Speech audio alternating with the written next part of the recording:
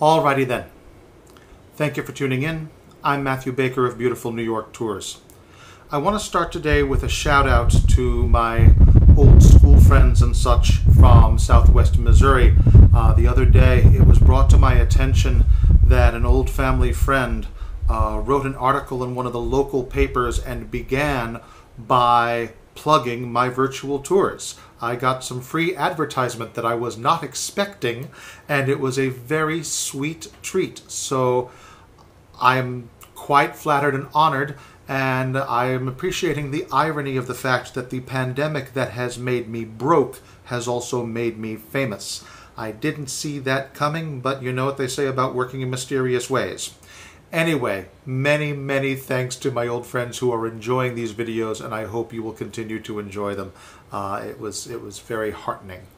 Now, with that in mind, I've been thinking a lot about people from rural areas like where I grew up and about why they travel. We talk a lot about how to travel, but I've been thinking about why people travel. Obviously, a lot of people just need a break and want to have some fun, or they're culture vultures who want to check out every interesting museum or theater or piece of music or sporting event, and those are all great. I am that kind of traveler. But of course, there are a lot of people who like to travel for special events, like weddings, funerals, and graduations. Now, graduations have been on my mind because, of course, it's early to mid-June now, and a lot of people are graduating from high school and from college, and because of the pandemic, the commencement ceremonies, a huge number of them, have been canceled. And that's been on people's minds, and people are upset about it, understandably, and it is one of the reasons why we like to be healthy and not find ourselves in pandemics when we can, because this is not the sort of event that you can postpone. You either have it or you don't.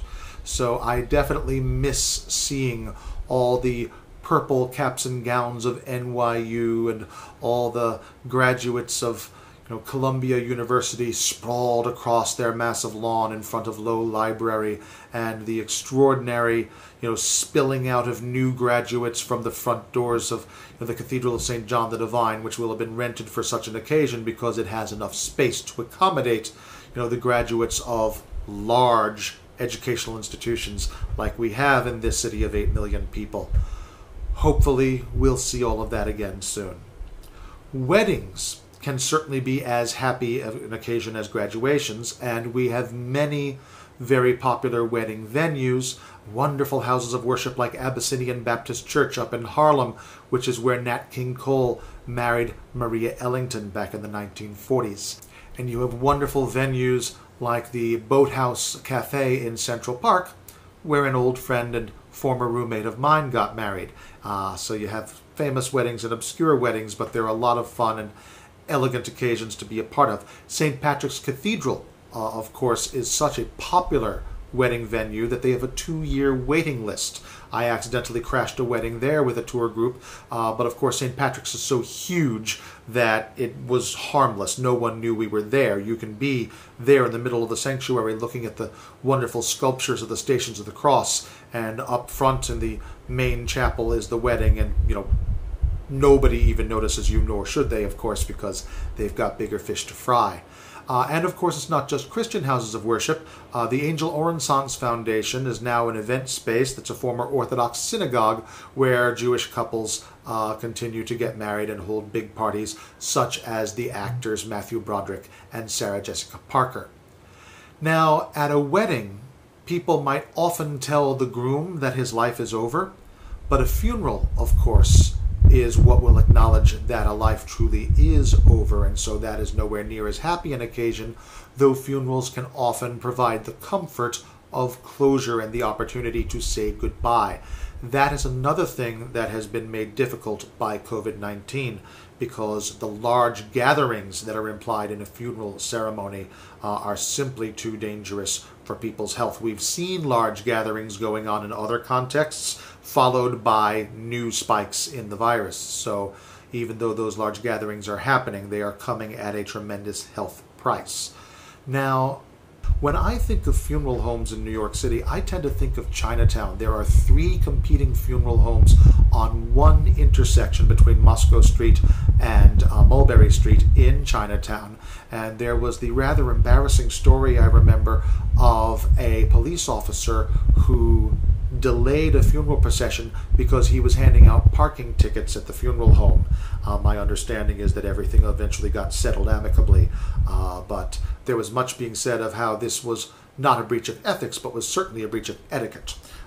The most famous funeral home in New York City is probably the Frank E. Campbell Funeral Chapel on the Upper East Side, which has handled many celebrity funerals, everyone from Rudolph Valentino in the 1920s to John Lennon in the 1980s, from Jacqueline Kennedy Onassis in the 1990s to Joan Rivers in the mid-teens, and many, many more.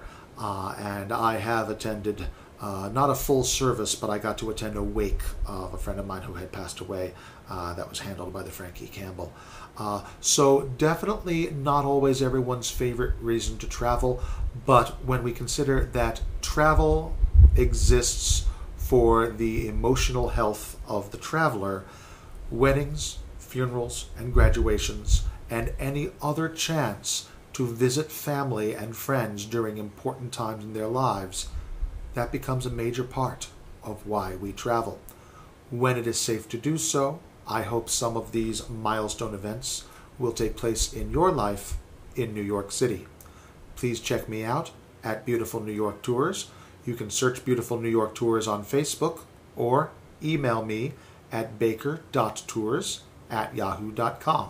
Again, that is baker.tours@yahoo.